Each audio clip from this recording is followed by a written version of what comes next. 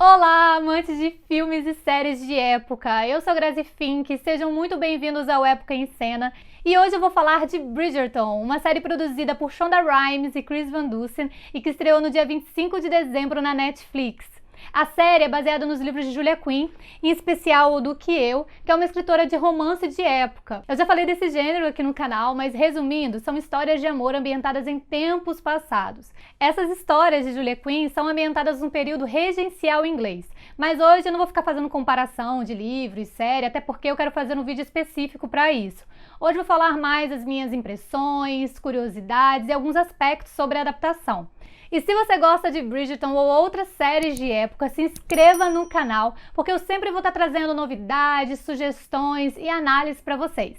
E se você ainda não assistiu Bridgerton, eu aconselho você a ver outros vídeos aqui do canal que fala sobre a série de forma geral, porque esse vídeo aqui terá spoilers, então corre lá e confere a série antes de assistir esse vídeo. Bridgerton tem como trama principal o romance de Daphne e Simon. A Daphne é uma dama que vem de uma família nobre, unida e muito respeitada pela sociedade inglesa, os Bridgertons. Logo no primeiro episódio, ela está se preparando para se apresentar à rainha Charlotte e também para entrar no mercado casamenteiro de Londres, junto com outras damas. Ela está determinada a encontrar o marido, mas ela também sonha em se casar por amor, assim como aconteceu com seus pais. Um aspecto que chama atenção na Daphne é a sua ingenuidade.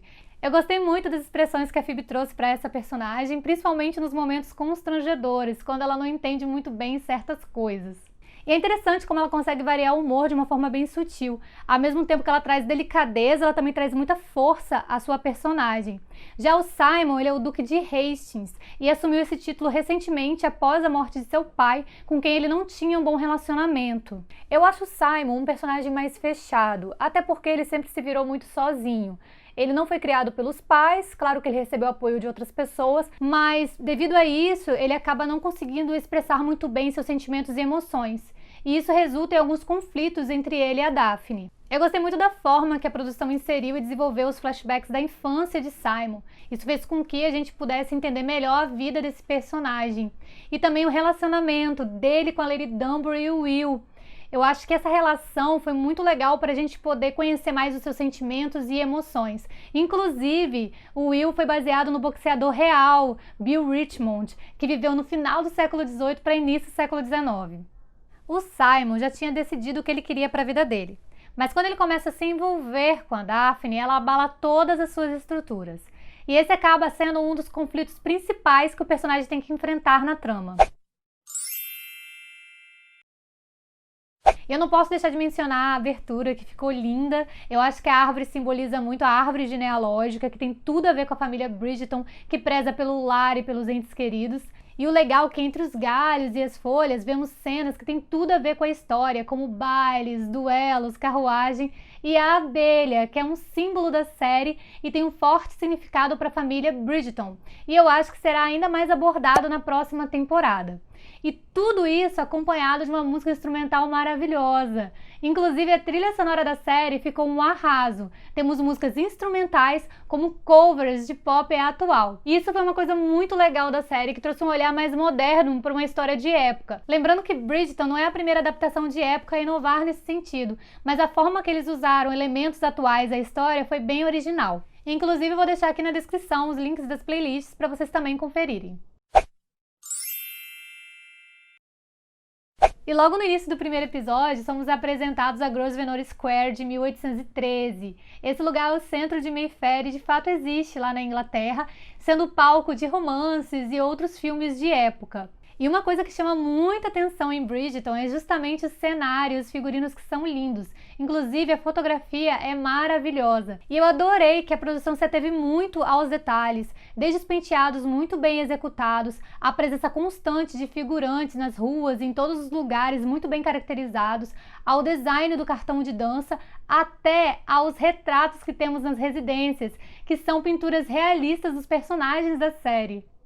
E logo no início da série somos apresentadas as duas residências principais da história, a Casa Featherington e a Casa Bridgerton. Na Casa Featherington, nós temos as 3 filhas que estão se preparando também para se apresentar à rainha. E tem um ponto que eu acho bem curioso nesse primeiro episódio em relação ao espartilho. Em uma primeira cena, mostra a mãe da Casa Featherington e uma criada apertando de forma violenta o espartilho da Prudence. Em uma outra cena, mais curta, vemos as costas de Daphne machucadas pelo uso da peça. Eu fico pensando se essa não seria uma crítica aos excessos praticados em prol da beleza, na busca por um padrão estabelecido pela época. Vocês também acharam isso? Deixe aqui a sua opinião nos comentários. E voltando às residências, vamos falar um pouco da casa Bridgerton, onde logo no primeiro episódio vemos eles interagindo entre si, aquela família barulhenta e muito empolgada, com destaque a Heloise, que é a minha personagem favorita. Inclusive eu gostei muito do tom que a Cláudia Jessie trouxe para essa personagem. E uma coisa que eu adorei foi o fato da série ser filmada em diferentes ambientes. Numa mesma residência, você tem cena da cozinha, da sala de visitas, do quarto, aí tem filmagens nas ruas, em clube para homens, enfim, você não enjoa da cara da série. E a Lady Whistledown, gente, eu não posso deixar de mencionar o jornal de fofocas de Lady Whistledown, essa personagem que tem um grande destaque nos livros e agora também na série. É uma personagem bem misteriosa que não quer ser identificada, até porque em seu jornal ela cita os nomes das pessoas, fala sobre os últimos acontecimentos e revela os escândalos. E para quem acompanha filmes e romances de época, sabe muito bem que se tem uma sociedade que se preocupa com as aparências, é a sociedade aristocrática inglesa do início do século XIX. Austen que o diga. E apesar de ser uma ficção, há elementos nessa história que são baseados em eventos reais. A apresentação à rainha, por exemplo, é um costume que faz parte da história inglesa. Inclusive, não foram só as irmãs Featherington que pagaram mico na frente de uma rainha. Há cartas e diários com registro de situações bem constrangedoras. Um exemplo é com a rainha Vitória, de uma dama que ao fazer reverência não conseguiu se levantar.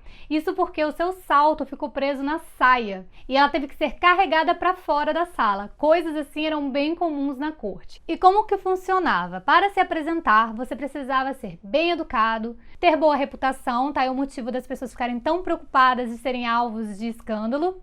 E claro, ter muito dinheiro, porque o traje de corte era bem caro. Então quem saía no lucro eram as modistas. A aparência dos trajes de corte na época da Rainha Charlotte era um pouco diferente do que é retratado na série. Até porque os vestidos apresentavam anáguas de aro, que eram diferentes da moda da época. Mas há algumas semelhanças, como a cor branca para as damas que iriam se apresentar a primeira vez, a longa cauda e as enormes penas na cabeça. É claro que esses costumes variavam de tempos em tempos, dependendo também do monarca e da rainha, mas as apresentações aconteciam de 2 a 3 vezes na semana, sendo uma atividade bem cansativa e estressante. As damas ficavam em pé durante muitas horas, aguardando serem anunciadas e nunca se sentavam na presença da rainha. E a Rainha Charlotte de fato existiu. Sophie Charlotte viveu de 1744 a 1818 e, segundo o site da BBC, ela era uma descendente direta de uma africana. Esse é com certeza um aspecto muito importante para a trama de Bridgerton, que optou por ter um elenco diverso, se diferenciando de outras adaptações de época inglesa.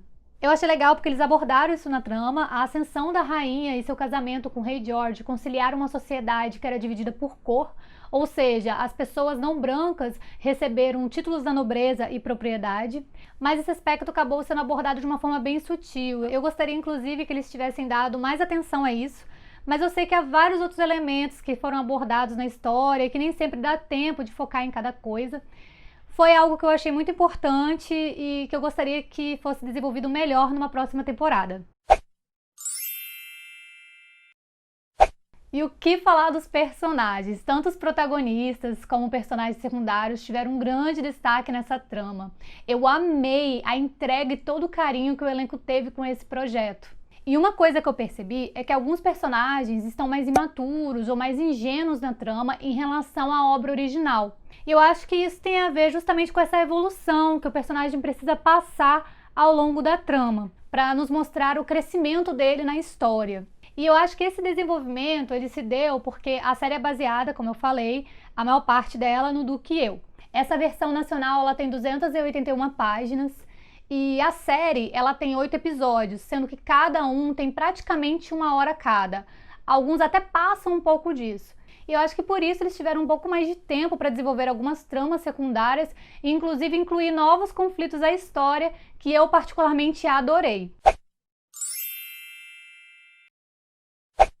A trajetória e dilemas das personagens femininas da série também é um pouco mais turbulenta do que os personagens masculinos. Em certas conversas, por exemplo, nós percebemos o quanto o homem tinha mais privilégios do que a mulher. A posição da mulher na sociedade da época é apresentada por diferentes perspectivas. Temos a imagem da mulher nobre, pura e ingênua refletida na Daphne, enquanto a mulher que não é considerada respeitável e cuja ocupação é depreciada pelas pessoas da época é refletida em Siena, a amante de Anthony, que precisa se envolver com cavalheiros para se proteger financeiramente. E há várias conversas na série que abordam também a situação da mulher. Temos como exemplo um diálogo entre Daphne e Anthony, onde ela diz que só será útil caso consiga se casar. E em vários outros momentos, como no caso da Penélope, que é criticada pela mãe por estar lendo um livro, buscando conhecimento, e o toque feminista que está bem presente na personagem Heloise, que mostra sua insatisfação às regras impostas pela sociedade à mulher da época. E temos também a Marina Thompson. Para mim, a Marina, diante de todas as mulheres, possui uma história um pouco mais dramática, até porque a sua situação é bem complicada e delicada e ela corre o risco de ter a sua reputação manchada. Eu acho que ela mostra muito a dificuldade da mulher de fazer as suas próprias escolhas. Afinal, ela tem que se preocupar com a sua própria imagem e a imagem da família. Ou seja, qualquer deslize pode prejudicar a família inteira. E dentro da série temos várias outras mulheres fortes, como no caso da Rainha Charlotte, Lady Danbury e Violet Bridgerton, que marcam presença por onde passam, cada uma à sua maneira. E a série possui várias cenas íntimas, principalmente nos últimos episódios, até porque o foco é a história de amor do casal. E eu achei bem interessante que essas cenas foram muito bem estudadas e coreografadas, até porque os atores tiveram um coordenador íntimo para orientá-los e planejar cada cena. E sobre a precisão histórica, vale lembrar que a série é baseada em um romance de época, que apesar de ser ambientado em um tempo passado, apresenta um olhar bem atual. E a série acentuou ainda mais isso. E também temos representatividade LGBTQIA+, na série. Inclusive, é uma cena que eu achei bem marcante de um personagem que fala sobre a dificuldade de se envolver com a pessoa que ama sem ser condenado. Afinal, seus sentimentos eram considerados proibidos para a época. E vemos também a situação de estar preso em um casamento por conveniência, sendo apaixonado por outra pessoa. Eu gostei muito de todos os personagens, amei a família Bridgerton, os personagens secundários.